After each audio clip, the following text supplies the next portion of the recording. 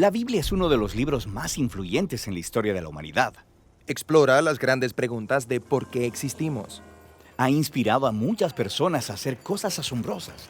Y ha confundido a muchos otros. Probablemente tengas una por ahí guardada en algún lado. Entonces, ¿qué es en realidad la Biblia? Bueno, la Biblia es una pequeña biblioteca de libros que surgieron todos de la historia del antiguo pueblo de Israel.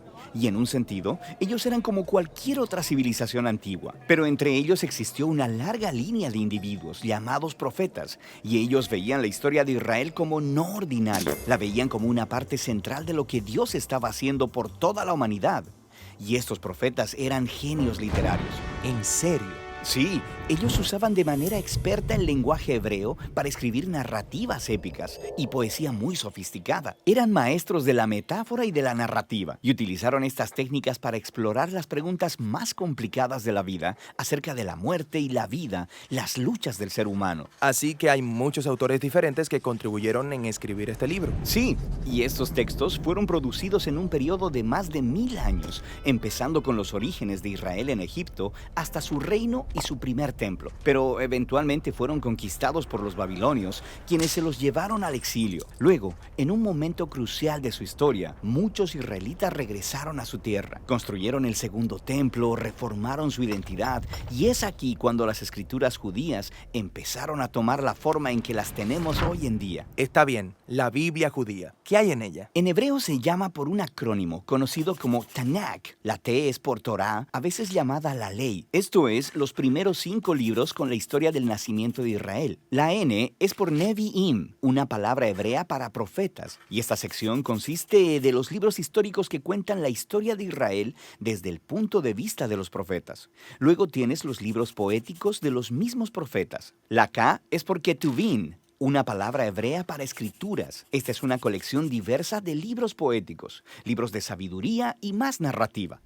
El pueblo judío cree que a través de todas estas obras literarias, Dios le habla a las personas. También hay otras escrituras judías que estaban siendo producidas durante el periodo del Segundo Templo. Sí, un grupo realmente diverso de textos, y estos también eran muy valorados en las comunidades judías. Y había debate en estos tiempos antiguos sobre si algunos de estos textos debían o no ser considerados como parte de sus escrituras. Así que hay muchos tipos distintos de textos escritos en un periodo de tiempo muy largo. ¿Por qué los juntaron en la forma en que lo hicieron? Todos estos textos juntos cuentan una historia épica sobre cómo Dios está trabajando a través de este pueblo para traer orden y belleza al caos de nuestro mundo. Y todo ello culmina en la esperanza de un nuevo líder, quien vendría y renovaría toda la creación. Y luego el Tanakh termina, y este líder nunca llegó. Así que es una obra escrita de manera experta, pero le falta el final. Exactamente. Luego, unos pocos siglos después, un profeta judío llamado Jesús de Nazaret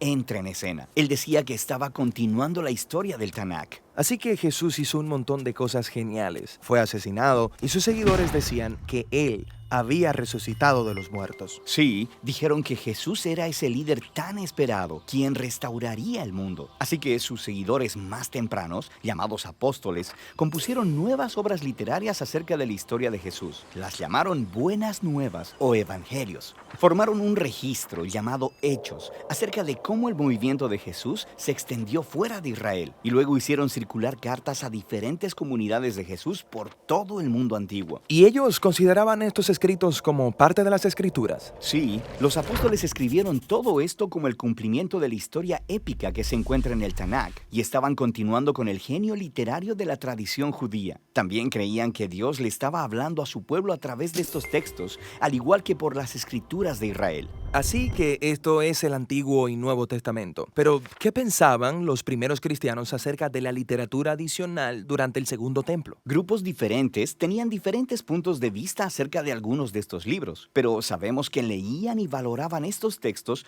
porque los utilizaron junto con las escrituras judías. Está bien, entonces tenemos el Tanakh, las escrituras judías. Tenemos estas otras obras del periodo del Segundo Templo. Luego las escrituras de los apóstoles acerca de Jesús. Y eso es mucho mucha literatura. Entonces, ¿qué hay en mi Biblia? Durante 2000 años, el movimiento cristiano ha tomado formas diferentes y desde el principio todos los cristianos reconocen tanto el Tanakh como las escrituras del Nuevo Testamento. Y durante siglos, mucha de la literatura del Segundo Templo era leída como parte de la tradición bíblica. La Iglesia Católica, por ejemplo, eventualmente la hizo oficial y llamó a algunos de los libros de esta colección libros deuterocanónicos. Algunas iglesias ortodoxas incluso usaron más libros de la literatura del Segundo Templo. Y luego, en el siglo XVI, durante la Reforma, los cristianos protestantes quisieron regresar a las escrituras más antiguas de los profetas y apóstoles, así que solo aceptaron el Antiguo y Nuevo Testamento. Muy bien, creo que ahora entiendo.